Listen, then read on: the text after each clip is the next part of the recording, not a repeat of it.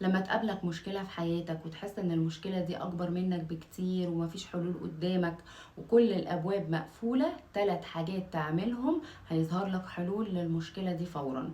بس قبل ما اقولك ال3 حاجات دول ايه، تعال نشوف الاول هي المشاكل دي عبارة عن ايه، بتجيلنا في حياتنا ليه. معظم المشاكل اللي بتقابلك في حياتك هي بتجيلك كاختبار. اختبار لإيه؟ اختبار لمستوى وعيك. هل انت هتتجاوز التردد القديم بتاعك ولا انت هتتشبث وتفضل ثابت في مكانك بيه؟ يعني ده اختبار لمستوى استحقاقك. ممكن يجيلك مشكلة وتلاقي حل سهل ليها، ولكنه مثلا الحل ده مهين اخلاقيا. في الحالة دي لو انت فكيت لغز المشكلة دي وفهمت وتعاملت بوعي، هتفهم ان انت هنا لازم ترفض الحل السهل ده، مع ان في حل مشكلتك وحل سهل جدا. ولكن عارف ان انت لو بتتفكر بوعي هتعرف ان انت لو خدت الحل السهل ده فانت بتروح لنارك بايدك، وان الحل ده هيكون مجرد حل مؤقت. هنا بقى بالظبط عامل زي اللي خد مسكن للمشكلة بتاعته. بل بالعكس، لما فترة الحل اللي انت هتمشي فيه ده تخلص، او فترة المسكن دي تخلص، هيقابلك بقى كوارث ومصايب تاخدك لتحت اكتر واكتر واكتر. لكن لو انت بقى بتتعامل بوعي وبذكاء وفهمت اللغز من المشكلة دي ورفضت الحل بتاعها لان هو حل بيهين منك وبيقلل منك ومن استحقاقك، في اللحظة دي بيتفتح لك باب الاحتمال الأعظم. الباب ده بياخدك في طريق مختلف تماما، فبيخليك بعد كده توصل لوضع معين يكون أفضل بكتير قوي من الوضع اللي انت كنت هتوصل له وكان سهل جدا لو انت قبلت بالحل المهين ده. فهنا كل المشاكل اللي بتجيلنا في حياتنا معظمها بتكون عبارة عن اختبارات لوعينا. ودي نقطة مهمة جدا لازم تكون دايما فاهمها عشان لما تجيلك المشكلة تتعامل معاها بوعي. هديكم مثال عشان افهمكم اكتر. لو مثلا الشخص ده مثلا معهوش فلوس وعليه مثلا ديون وهو محتاج فلوس جدا جدا، فهنا الشخص ده جاله مثلا وظيفة ولكن الوظيفة دي فيها شبهة أخلاقية. هنا الشخص ده قدامه حلين: يا يقبل الوظيفة دي عشان يسد ديونه ويخلص من الفضيحة ومن السجن، يا إما يرفض الوظيفة دي وهو لسه الطريق قدامه مبهم مفيش أي حلول. هنا الشخص الغير واعي هيقبل طبعا بالوظيفة وهيفضل يبرر لنفسه ان انا بعمل كده بس عشان انا محتاج الفلوس، انا هاخد بس شوية فترة في الوظيفة دي وبعد كده هسيبها. هنا هو بيضحك على نفسه. ايه اللي هيحصل معاه؟ هيفضل موجود ومتشبث في نفس التردد القديم بتاعه اللي اصلا خلق له المشكلة، وبالتالي المشكلة بتاعته هتكبر وهتتسع اكتر وهتاخده في نقطة تانية اسود بكتير من اللي هو فيها. لكن لو الشخص ده واعي ورفض تماما الوظيفة وهو لسه مش شايف الحلول، فهنا هيتفتح له باب الاحتمال الأعظم، فهيلاقي نفسه بعد كده بعدها بشوية ابتدت تتجلى قدامه حاجات كتير تاخده لسكة حلول لمشكلته. ممكن يلاقي مثلا شخص كان ليه مثلا عنده فلوس قبل كده بيكلمه فجأة مع ان ما يعرفش حاجة عنه من سنين، وده موقف بيحصل كتير. يقول له مثلا انا كنت واخد منك فلوس كذا خدها. او ممكن مثلا يتعرض عليه وظيفة تانية كويسة وتكون بوزيشن احسن من ده مليون مرة وافضل وبشرف وبأمانة. مثال تاني للاختبارات اللي ممكن تقابلنا من خلال المشاكل: نوع تاني من الاختبارات اللي هو اختبار العلاقات. شخصية خرجت من علاقة كانت بتستنزفها، شخص كان دايما بيهينها بيقل منها بيضربها، سابته وقررت بعد ما اشتغلت على نفسها ان هي لازم تخرج بره العلاقة السامة دي. وهي في قمة احتياجها العاطفي والمادي، الشخص ده جه تاني ورجع لها وقال لها انا عايز ارجع لك، وقعد يديها في وعود فارغة وكاذبة. هنا الشخصية دي قدامها حالة من الاتنين: اما ان هي ترجع لنفس ارض المسارات القديمة بتاعتها اللي هي فيها مسارات سلبية من العلاقة السامة دي اللي هي اتكونت اثناء تواجدها في العلاقة دي، وهنا هي تبقى ما اشتغلتش بوعي ودمرت كل اللي هي عملته. في الحالة دي لو هي قبلت بكده هي هتفضل موجودة في نفس التردد وهتفضل تدور في نفس الدايرة من تاني، وهتقعد تحرق في نفسها اكتر واكتر.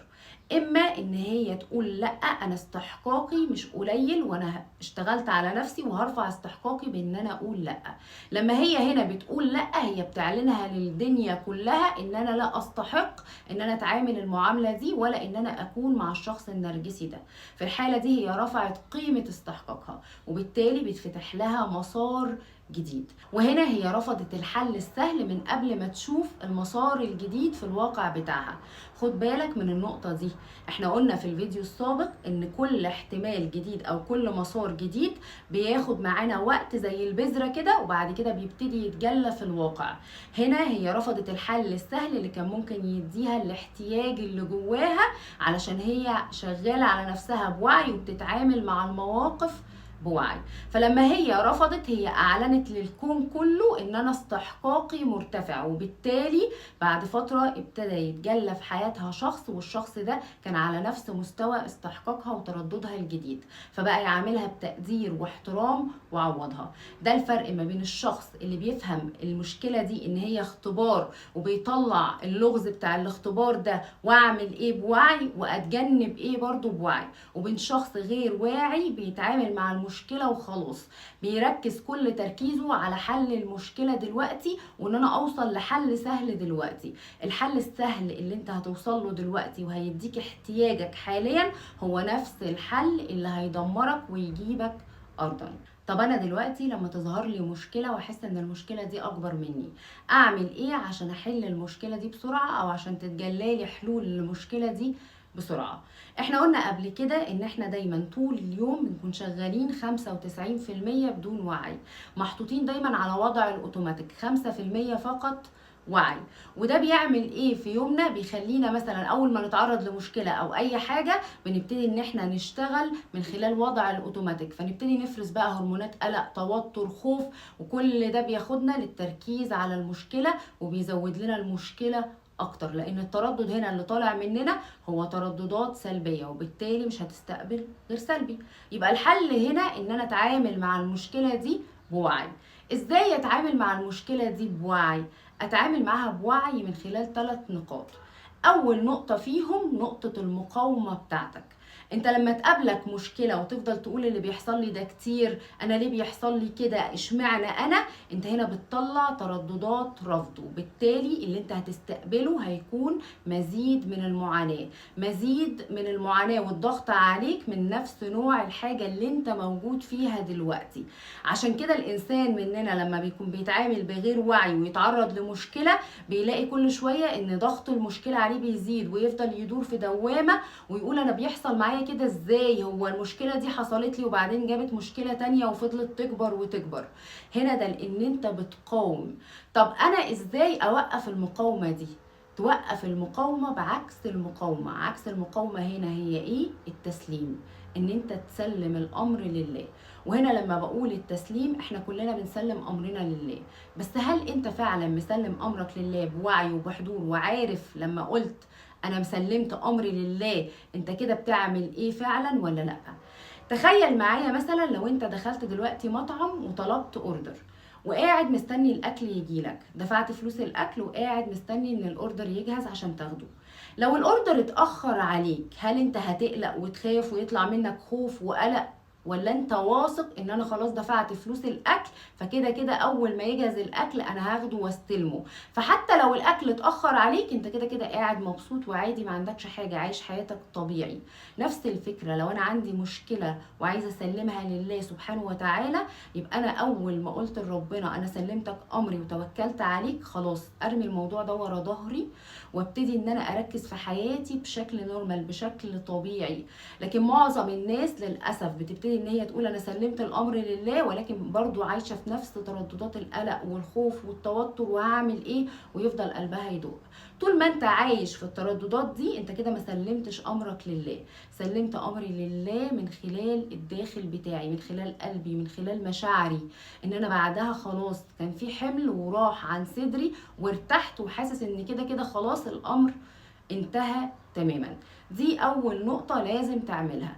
تاني نقطة لازم تعملها ان انت تغير زاوية رؤيتك في الموضوع، يعني تطلع بره المشكلة كأن انت براها مش جواها. طول ما انت جوه المشكلة وعمال تفكر فيها فالمشكلة هتزيد اكتر، والمشاعر والهرمونات اللي هتتفرز معاك هتكون هرمونات قلق وتوتر. لكن لما تطلع بره المشكلة هتلاقي ان المشكلة نفسها صغرت في عينك وبدأت تشوف ان المشكلة دي ليها حلول. هنا انت بتغير ايه؟ بتغير نقطة تركيزك. لما بتطلع لبره فانت هنا بتركز على الحلول، لكن طول طول ما انت جوه المشكله انت مركز على المشكله نفسها. ودي نقطه مهمه جدا. ليه؟ لما بطلع لبره وابتدي ان انا اركز على الحلول، فالحاجه اللي انا هركز عليها هتكتر وهتتضح امامي اكتر، فهبتدي ان انا اشوف حلول بتتجلى ليا. لكن طول ما انا جوه المشكله ومركز على المشكله نفسها، فبرضو جسمي عمال يفرز هرمونات قلق وتوتر وخايف ومركز على المشكله، فالمشكله هتزداد اكتر وهتاخدك لمشاكل تانية. تالت نقطة معانا ان انت تبني مسار عصبي جديد من قبل ما تظهر لك حلول المشكلة. طول ما انت قاعد مستني ان الحلول تظهر لك، فالحلول مش هتظهر. ليه؟ لان الواقع بيتبع الوعي، وبالتالي انت لازم تشتغل على الوعي، لازم تغير ترددك عشان تبتدي تظهر لك الحلول. لكن طول ما انت موجود عند نفس المسار العصبي ونفس التردد، فهتفضل موجود عند نفس الحاجات اللي انت موجود عليها.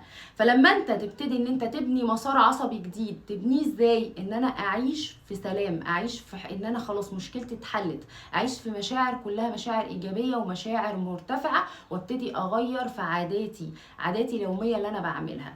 احنا قلنا قبل كده ان العادات اليوميه بتاعتنا بتكون مرتبطه بالمسار اللي احنا عليه. فلما نبتدي ان احنا نغير العادات دي، العادات اليوميه البسيطه، بنقدر ان احنا ننشئ مسار عصبي جديد. وبالتالي لو انت غيرت من عاداتك اليومية، فمش هتفضل جسمك يفضل وعقلك يفكروا في نفس ترددات الخوف والقلق اللي هي بتجيلك ناتج عن الوضع اللي انت موجود فيه. ففي الحالة دي تقدر ان انت تنشئ مسار عصبي جديد سهل. هنا انت لما بتنشئ مسار عصبي جديد بتبتدي ان تتجلالك الحلول بسهولة. ولكن كل شيء زي ما قلت لكم بالتدرج. يعني ما تعملش الحاجة النهاردة وتستنى النتيجة النهاردة. ممكن اول ما تعمل الحاجات البسيطة دي تلاقي حلول جاتلك بسرعة، انت وتغيير تردداتك وقدرتك وشغلتك على نفسك وتركيزك فين وحاجات كتير قوي. بس الاكيد ان المشكلة بتاعتك هتتحل وهتبتدي تظهر لك حلول. ولكن كل شيء بالتدرج. استحالة لو انت عندك مشكلة وطبقت الخطوات دي صح ان انت ما يظهرلكش حلول للمشكلة دي. ولكن المشكلة بتكون فينا احنا دايما مستعجلين، احنا دايما عايزين حل سهل وبسيط. لو انت شغال على نفسك صح، اي مشكلة هتقابلك في حياتك بعد كده هتشوفها على ان هي اختبار، وهتعرف اللغز من الاختبار ده وهتحله صح. واول ما تحله صح هيتفتح لك باب الاحتمالات العظيمة والتجليات العظيمة، هتاخدك في حتة عمرك ما كنت تحلم ان انت توصل لها. زي الناس اللي احنا بنشوفهم اللي هو فجأة بين يوم وليلة حاله يتغير. لا، هو حاله ما اتغيرش بين يوم وليلة، انت ما كنتش معاه. ده هو كان في اختبار ونجح في الاختبار ده، وبالتالي اتفتح له باب عظيم خلاه في الوضع اللي انت بتتمنى ان انت تحصل عليه وتكون زيه. اي حد عنده استفسار يقدر ان هو يبعت لي عبر الرقم الموجود على الشاشة او الرقم الموجود في البايو. ولو انت عايز تمشي في طريق الوعي خطوة بخطوة، تقدر تنضم لينا لكورس فك الشفرات. تقدر تكتب لي في كومنت تفعيل وهرد عليك بكل التفاصيل. واي حد عنده سؤال يقدر يسيبهولي في الكومنت وهرد عليه.